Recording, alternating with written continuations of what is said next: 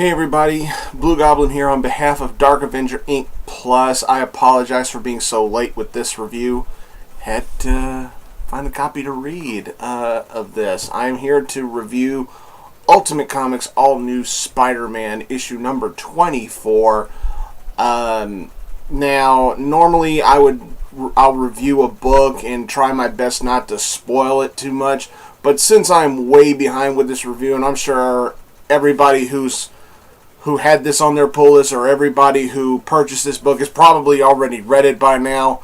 So there will be some more minor spoilers in here, probably more than usual for one of my reviews. So if you haven't read this book yet, if you don't want to be spoiled, then go find a copy of it and read it and then come back and watch this video.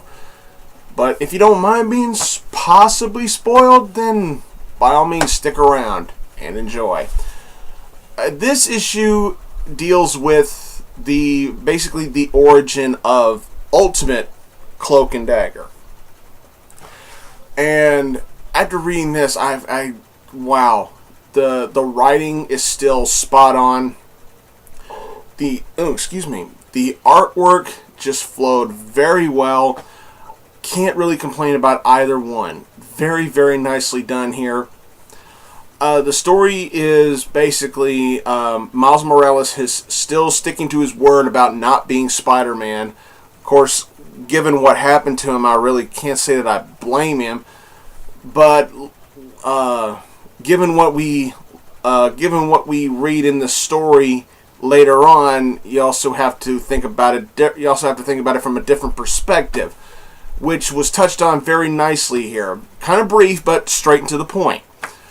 But this is Cloak and Dagger taking on an old, well, not an old nemesis, but one of Peter Parker's last adversaries before he died, Bombshell. Now, the most interesting thing about Bombshell is also, I think, one of her biggest flaws, her potty mouth. Now, Bendis did a good job with the writing here for Bombshell. He toned down her language a little bit.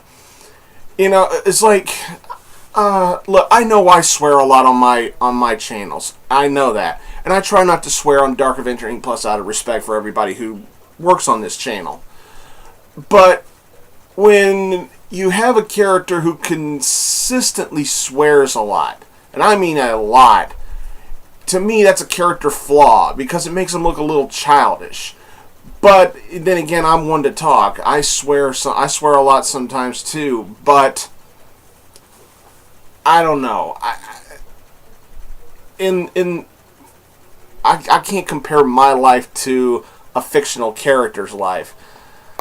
I don't know. Maybe I'm harping on it too much. But the fight goes along pretty well.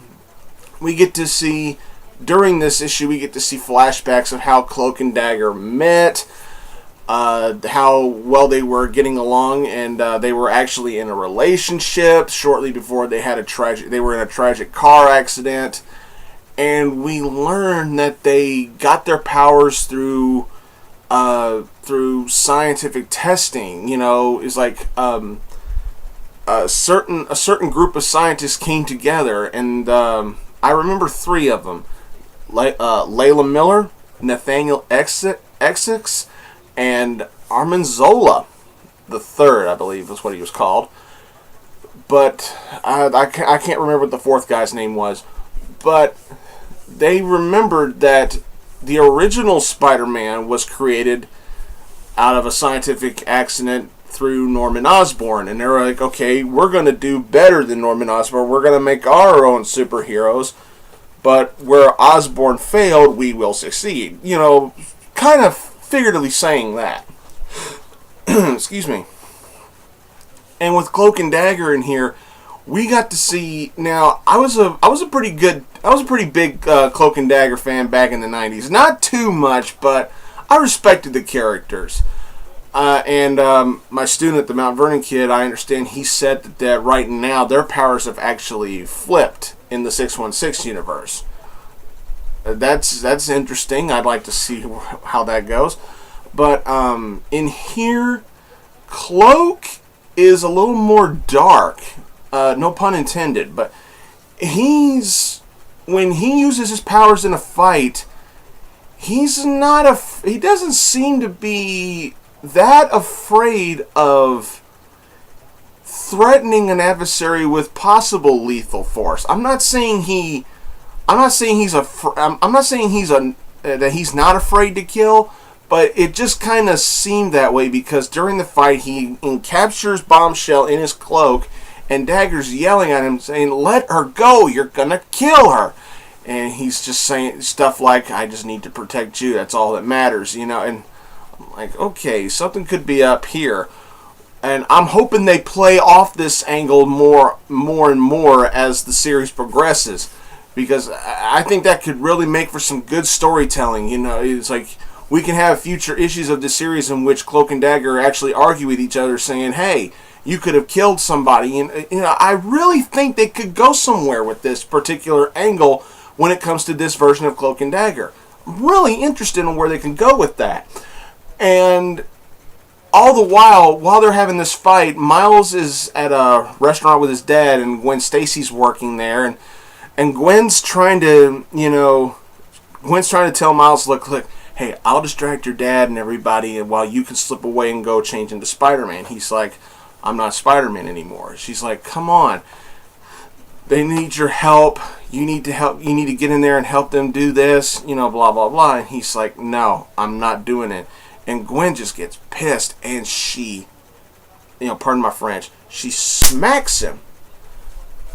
And she's like, "Look, okay, I get it, but hey, Peter Parker died. My father died. It's like, when you fall, you get back up." She keeps telling him, "Get back up," and Miles just walks away. This is really good drama. I'm not going to say it's making Miles look like a coward. It's making Miles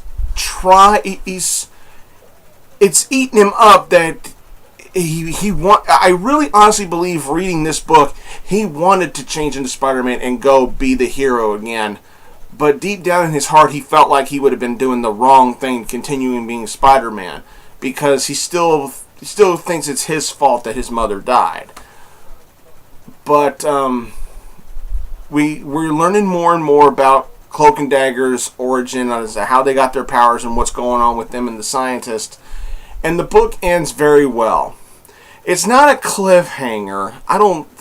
The way it was presented, it didn't come off as a cliffhanger style ending. It's just Miles sitting on his bed, holding his mask, saying, "Please, no more." And that's where the book ends. To be continued. I really enjoyed this issue. The action was good. The dialogue was good. This issue had a lot of drama in it.